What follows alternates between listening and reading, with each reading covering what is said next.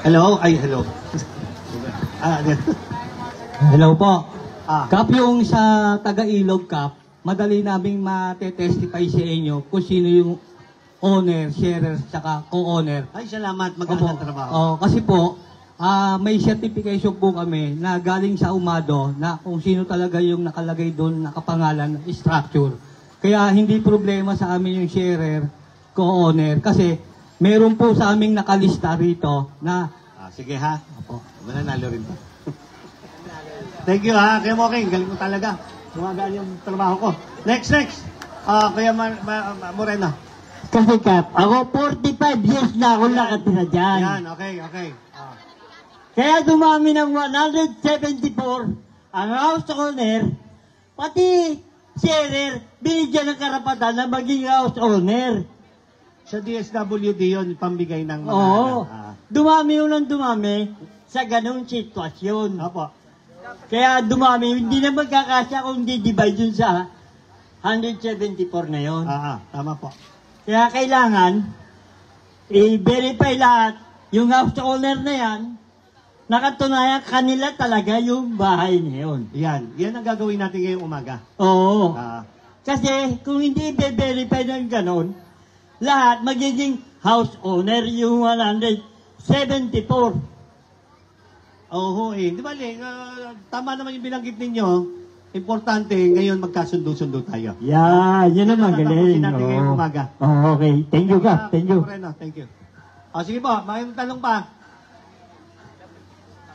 Ikaw, Chichi, microphone. Doon sa 174, ilog at lupa na po yun. Tama. Malinaw po? Malinaw. Ulitin ko lang po yung pinaliwanag ni Kap ng unang araw. Pag owner ka, may sharer ka, nakapaloob yung sharer doon sa owner. Hindi po siya nakahiwalay. Malinaw po? Hindi po siya dumami. Yung 174, ilog at lupa po yun. Hindi po siya ilog lang. Mahahati po tayo. Iba po yung sa lupa, iba po yung sa ilog.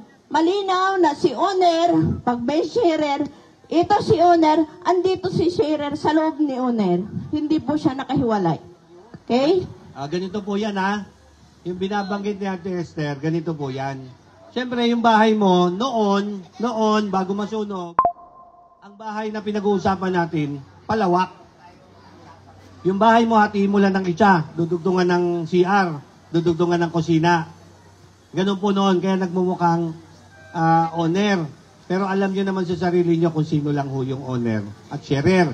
Ngayon ho, hindi naman siya maaabala kung titingnan mo siya. Bakit? Kasi yung pahabang gano'n, ipapataas mo lang. Wala naman naging diferensya, gumanda pa nga. Bakit? Nasolo mo na yung isang palapag mo. Para ka na sa Arista condominium na. Kagaya nila. Ang Kawanis Group ay kami ay nagpapasalamat sa mga food packs na binadala po nila.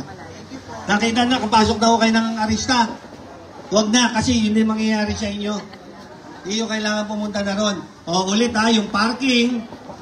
Baka makalimutan ninyo yung usapan natin, yung ilalim ninyo, silong, parking yon ha. Huwag na kayo mag-ano-ano dyan. Baka sakali nyo na naman ilagay yung mga motorsiklo ninyo. Hindi, maglalagay lang ako ng tindahan. Yung tindahan mo, malaki pa doon sa bahay mo. Hindi kawawa naman, wala tayong dadaan ng maganda. Yung washing machine na may gulong, ipasok mo sa silong mo ha. May gulong ba yung washing machine? Wala. Pasadya, meron. Pasadya. Yan, maguli na lang dito. Wala na kami washing na. Ayan ha. Yung mga drum, naglalagay lang para sa sunog. Wala nang sunog, pasok mo na yung drum mo sa loob ng bahay. Tama. Okay ho sa inyo? Okay. Sige ha, may pag-asa, may pagkakataon. Tingnan ho natin ito. Ako, mangangako ako sa inyo ng mga materyales. Wala lang akong pera ngayon, pero malaman natin mamaya. Pwede mo utangin niya, Kap. Okay ha, mangungutang tayo kay Kagawad Ronnie, Kagawad June, Kagawad Lani, Kagawad Trixie ha, mangungutang na lang tayo sa kanila. Tataya. Sige, baka meron pa kayo gustong itanong. Sige po. Sure, look. Magdodrawing na tayo pagtapos na yung tanungan.